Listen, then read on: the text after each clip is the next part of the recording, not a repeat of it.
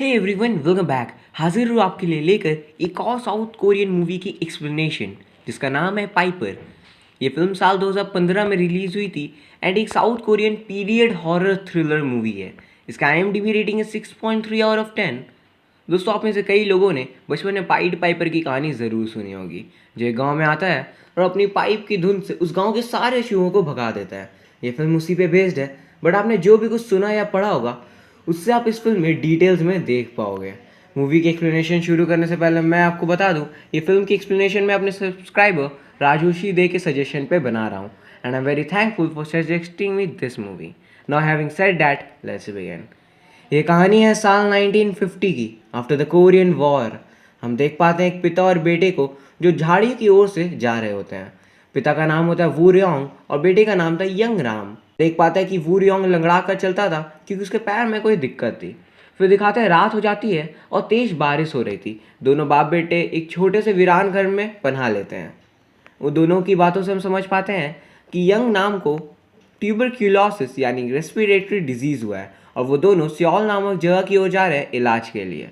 फिर यंग नाम कहता है, डैड मैं बिल्कुल अच्छा बेटा नहीं हूँ, मेरी आइज़ ख़राब है, मेरे लंग्स ख़राब है और मेरी टूथ भी। तो उसके डैड कहते हैं, तुम्हारे दांतों को क्या हुआ बेटे?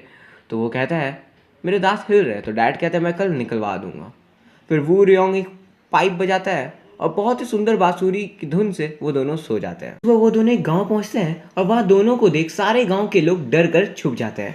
विलेज का चीफ उन दोनों को ग्रीट करके अपने घर की ओर लेकर आता है। आने वाले रास्ते पे गांव का एक इंसान चीफ को कहता है, यहाँ पे उनका आतंक बहुत बढ़ गया है। चीफ कहते हैं, हम जल्द से जल्द उन्हें यहाँ से भगा देंगे। तो कौन है ये, किसका आतंक बढ़ा है, हमें आगे पता चलेगा। फिर चीफ दोनों पिता और बेटे को खाने को देते हैं और वू रियोंग बताता है कि उसकी वाइफ वॉर के दौरान मारी गई थी और उसके पैर में चोट होने के कारण वो उसकी प्रोटेक्शन नहीं कर पाया था। फिर वू रियोंग ये भी कहता है, मैं सियोल जा रहा हूँ मेरे बेटे की इलाज के लिए। मुझे एक डॉक्टर ने कहा है अगर मैं 1 महीने के अंदर सियोल पहुँच गया तो डॉक्टर मेरे बेटे का इलाज ज़रूर करेंगे। वू रियोंग अपने पास जो एक कागज़ था, एक लेटर जिसमें सियोल में डॉक्टर का एड्रेस था, वो चीफ को दिखाता है। पर ये पेपर में जो कुछ लिखा था वो इंग्लिश में था और ना ही चीफ को और ना ही वू रियोंग को इंग्लिश आती थी। फिर हम एज अ व्यू दिखाया जाता है पेपर में एड्रेस नहीं बल्कि किस माई एस ऑफ मंकी लिखा है, जिसका मतलब होता है एक तरह से इंसल्ट करना या डिसरिस्पेक्ट करना। इन बातों से ये तो क्लियर हो जाता है सियोल में कोई भी उन दोनों का वेट नहीं कर रहा है। फिर वू रियोंग रिक्वेस्ट करता है चीफ को कि एक रात उसके बच्चे को यहाँ रुकने की परमिशन दे। चीफ एक कंडीशन में दोनों को यहाँ रुकने की परमिशन देता है कि वो गांव में किसी को ये नहीं बताएंगे कि कोरियन वॉर खत्म हो गई है। वू रियोंग इस बात पर हामी भर देता है कि एक लेडी मी सुक को वो एग्स को फ्राई कर रही होती है, पर एग यॉक यानी एग का पीला वाला हिस्सा रेड हो जाता है और सारे गांव वाले उसे देखने लगते हैं कि ऐसे कैसे रेड यॉक। तभी चीफ आकर कहते हैं, ये हमारे गाँव की नई शमन है और सब कहते हैं जश्न मनाओ, ये हमारी नई शमन। फिर रात को जश्न का समय होता है और चीफ गांव वालों के सामने वू रियोंग और उसके बेटे यंग नाम को इंट्रोड्यूस करते हैं कि ये लोग वॉर रिफ्यूजीज है, यानी युद्ध के समय जो देश छोड़कर भाग जाते हैं। वहाँ मौजूद सारे गांव के लोग उनसे पूछते हैं, अरे भाई बाहर सिचुएशन कैसी है, वॉर खत्म हुआ कि नहीं, प्रेसिडेंट जिंदा है कि मर गया? वू रियोंग गलती से सच बोलने वाला ही होता है कि वॉर खत्म हो चुकी है।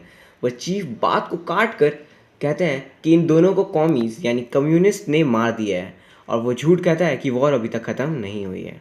वे सारे लोग डिस्कस करते हैं कि हमारे खाने ख़त्म हो जा रहे हैं और बहुत प्रॉब्लम्स फेस करनी पड़ रही है। तो वू रियोंग कहता है, क्यों, क्या हुआ? और उसे पता चलता है दरअसल रैट्स यानी चूहे उनके गांव में आतंक मचा कर रखे हैं। इवन इंसान भी रैट से डरते हैं। फिर वू रियोंग कहता है, बस इतनी सी बात, मुझे एक मौका दीजिए, मैं सब कुछ ठीक कर दूंगा। गांव में पहले तो उसकी बात पर सभी लोग हंसते हैं। फिर वू रियोंग अपनी पाइप बजाकर बर्ड्स और एनिमल्स को काइंड ऑफ मूवमेंट करवाने पे मजबूर कर देता है, यानी अपने घरों से बाहर निकलने पे, और कहता है मेरी पाइप की साउंड में इतना ज़्यादा दम है कि जानवर मेरी बात मान सकते हैं। इस बात पे सारे लोग उसे एक चांस देने को तैयार हो जाते हैं। इनफैक्ट गांव के चीफ उन्हें ये भी कहते हैं, अगर तुमने सारे चूहों को गांव से भगा दिया तो मैं तुम्हें एक गाय यानी एक काऊ का प्राइस पे करूंगा। वू रियोंग कहता है, बहुत ज़्यादा शुक्रिया, इससे मेरे बेटे का इलाज हो पाएगा, पर एक पिग का भी प्राइस मुझे चलेगा। सुबह होती है और गांव का एक इंसान वू रियोंग से बात करने आता है और वू रियोंग बताता है, मैं प्लांट्स की मदद से दवाइयाँ भी बना सकता हूँ। कहानी आगे बढ़ती है और फिर दिखाते हैं वू रियोंग गाँव का मुआयना करने जाता है और दूसरी तरफ उसका बेटा यंग नाम शमन मी सुक के साथ है। यंग नाम मी सुक में खुद की माँ को देख पाता है और फिर सीन वहीं कट हो जाते हैं। फिर दिखाते हैं वू रियोंग जायज़ा लेकर लौट आता है और वो काइंड ऑफ मी सुक की तरफ अट्रैक्ट हो रहा होता है। फिर दिखाते हैं वो मीसुक के घर के टेरेस ठीक कर रहा होता है क्योंकि उससे लीकेज हो रही होती है। उसके बाद रात का वक्त होता है और वो रियोंग अपने बेटे और चीफ के साथ खाना खा रहा होता है और वो देखता है चीफ का बेटा नामसू रैट्स को फ्रेश मीट खाने को दे रहा होता है, जो कि बहुत ज़्यादा वियर्ड होता है। वो रियोंग हैरान होकर कहता है चूहों को मांस क्यों? तब चीफ पास की स्टोरी नारेट करते हैं। ये गांव में कॉमीज हमला करने वाले थे और चीफ अपने लोगों के साथ यहाँ से भाग जाते हैं, पर कुछ लीपर्स और एक पुरानी शमन लाख समझाने पर भी वो उनके साथ नहीं आते हैं। खतरा टलने के बाद जब चीफ अपने लोगों के साथ वापस आते हैं तो वो लोग देख पाते हैं सारे लोग मारे गए थे। वू रियोंग कहता है ज़रूर कॉमीज ने मारा होगा, तो चीफ कहते हैं नहीं, वो तो कभी यहाँ आए भी नहीं थे, ये काम रैट्स का होता है। तब हम समझ पाते हैं कि अगर ये लोग रैट्स को मीट नहीं देंगे तो रैट्स उन गांव के लोगों को जिंदा खा जाएंगे। अब आप सोच रहे होंगे ये लीपर्स कौन होते हैं? दोस्तों दरअसल लीपर्स आपके और मेरे जैसे इंसान ही होते हैं, पर उन्हें लेप्रोसी यानी हैंसन डिजीज होती है, जिसकी वजह से वो काइंड ऑफ ज़ॉम्बी जैसे दिखने लगते हैं। मीन्स उनके पेन रिसेप्टर्स और नर्व ट्रैक्स बिल्कुल सेंसलेस हो जाते हैं। फिर सुबह का वक्त होता है। वू रियोंग और उसका बेटा यंग नाम पूरे गांव में हैंड क्राफ्टेड विंड मिल्स लगा देते हैं और वो समझ पाते हैं इस गांव की खासियत है उसकी हवा जो चारों तरफ बहती रहती है। वू रियोंग एक प्लान बनाता है। वो 2 तरह के पाउडर बनाएगा प्लांट्स की मदद से, और एक पाउडर को पूरे गांव की ज़मीन पर लगा देगा और फिर एक लकड़ी को जलाएगा और उससे जो भी धुआं होगा उस पाउडर को उसमें डालकर पूरे गांव में धुआं कर देगा।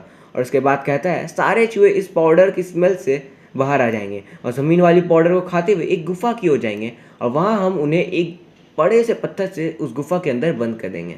पर चूहों को बाहर निकलने में काफ़ी ज़्यादा समय लग रहा होता है। तभी मीसुक जो कि शमन थी वहाँ आकर एक काइंड ऑफ बेल जैसा रिंग करने लगती है और गॉड से प्रे करती है और फिर चूहे झट से बाहर आ जाते हैं।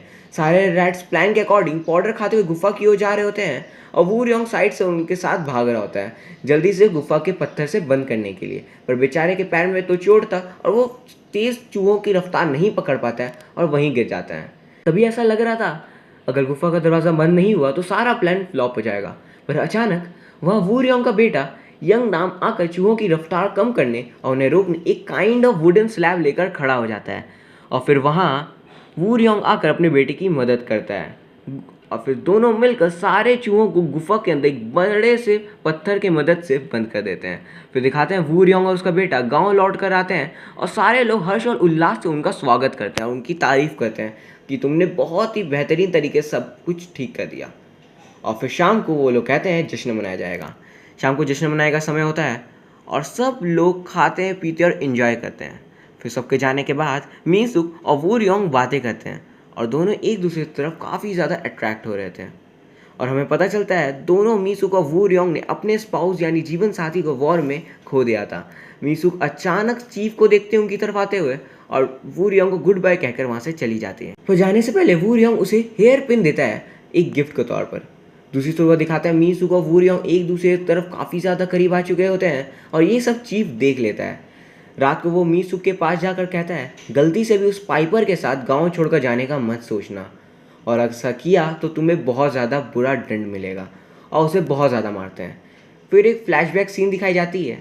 दोस्तों मैंने आपको बताया था कि चीफ ने वू रियोंग को कहा था कि एक शमन और लीपर्स मारे जाते हैं रैट्स के द्वारा, तो ये बात पूरी तरह से झूठ होती है। दरअसल कम्युनिस्ट यानी कॉमीज के डर से चीफ और उसके गाँव के लोग भाग जाते हैं, पर कम्युनिस्ट हमला नहीं करते किसी वजह से, और वापस लौटने पर बाकी लीपर्स और शमन कहते हैं जाओ यहाँ से, तुम इस गांव को छोड़कर गए थे, हम नहीं।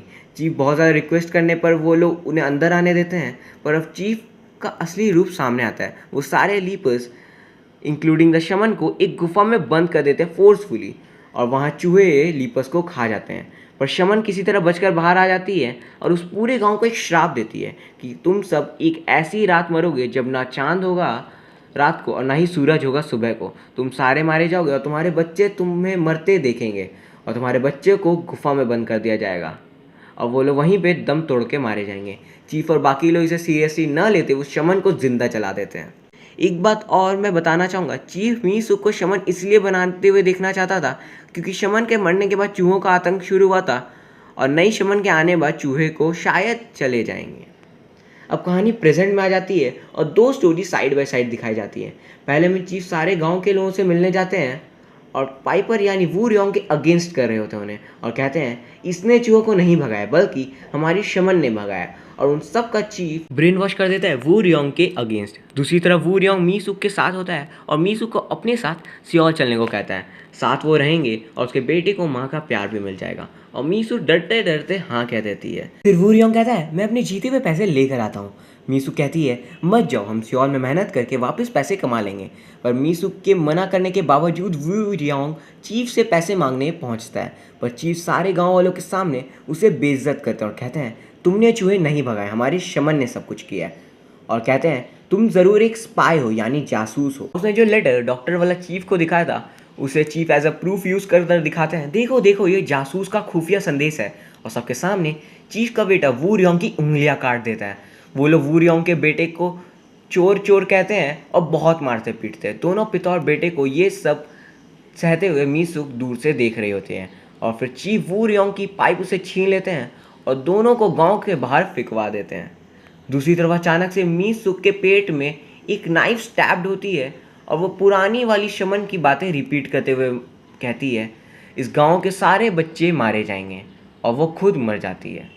अब दिखाते हैं वू रियोंग बुरी हालत में एक पेड़ के नीचे बैठ जाता है अपने बेटे के साथ। उसका बेटा बैग से राइस बॉल निकालता है जो चीफ ने पैक किए होते हैं। बेटा सोचता है चलो डैड का फ्लूट मैं लेकर आता हूँ। उसके डैड सो रहे होते हैं और वो छुपते छुपाते चीफ के घर पहुँचकर वहाँ से अपने डैड का पाइप ले आता है।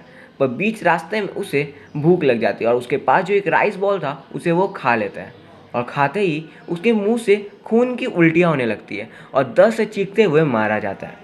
दरअसल चीफ ने दोनों को मारने के लिए 2 राइस बॉल्स पैक किए थे जहर मिलाकर, और अचानक फिर वू रियोंग की आंखें खुलती हैं। वो अपने बेटे की तलाश करता है और बहुत ढूंढने के बाद उसे अपने बेटे की लाश मिलती है। राइस बॉल को देखकर वो चीफ की चाल को समझ जाता है और वो अब डिसाइड करता है जैसे को तैसा मिलेगा। फिर वो जाकर अपने बेटे की बॉडी को जला देता है और सेम पाउडर वाला धुआं वहाँ पे फैला देता है। फिर वो अपनी पाइप की मदद से चूहों को गुफा से निकालता है और कहता है मेरी मदद करो और फिर मेरी बॉडी तुम लोग खा लेना मिलकर। चूहे पूरे गांव के सभी लोगों को जिंदा खा जाते हैं और सारे मारे जाते हैं। चीफ बचता बचाता वहाँ से भागता है और वो देखता है वू रियोंग को अपनी तरफ आते हुए चूहों के साथ। और वू रियोंग कहता है अब हुआ हिसाब बराबर, और सारे चूहे पाइप की साउंड पर चीफ को खा जाते हैं और चीफ डर से चिल्लाता है और सीन वहीं कट हो जाता है। अब सीन दूसरी सुबह का आता है और सारे बच्चे उठ जाते हैं। वो देखते हैं उनके पेरेंट्स यहाँ पे मौजूद नहीं होते हैं और सारे बच्चे बहुत ज़्यादा टेंशन में आ जाते हैं। बच्चों को पाइप की धुन सुनाई देती है जो वू रियोंग बजा रहा होता है और वो लोग गुफा की ओर जाते हैं। गुफा के अंदर सारे बच्चे अंदर पहुँचते हैं और देखते हैं वहाँ कोई नहीं होता और बाहर से वू रियोंग उसे पत्थर से बंद कर देता है। सारे बच्चे डर से चिल्लाकर दम तोड़कर वहीं मर जाते हैं। फिर वू रियोंग कैमरा की तरफ अपने शक्ल को दिखाता है और फिल्म वहीं ख़त्म हो जाती है। दोस्तों उम्मीद करता हूँ आपको मेरा ये एक्सप्लेनेशन पसंद आया होगा। अगर हाँ तो वीडियो को लाइक करके कमेंट सेक्शन में यस लिख दीजिए। आप सभी से दिल से रिक्वेस्ट है, मैं 1000 सब्सक्राइबर्स के बहुत ज़्यादा करीब हूँ, तो प्लीज़ चैनल को सब्सक्राइब कर दीजिए। It's my earnest request. दोस्तों बहुत बहुत शुक्रिया मेरी वीडियो एंड तक देखने के लिए। तो मैं मिलूंगा आपसे अगली वीडियो में एक और नई फिल्म के एक्सप्लेनेशन के साथ। तब तक खुद का ख्याल रखिए, stay safe, stay home, see you soon.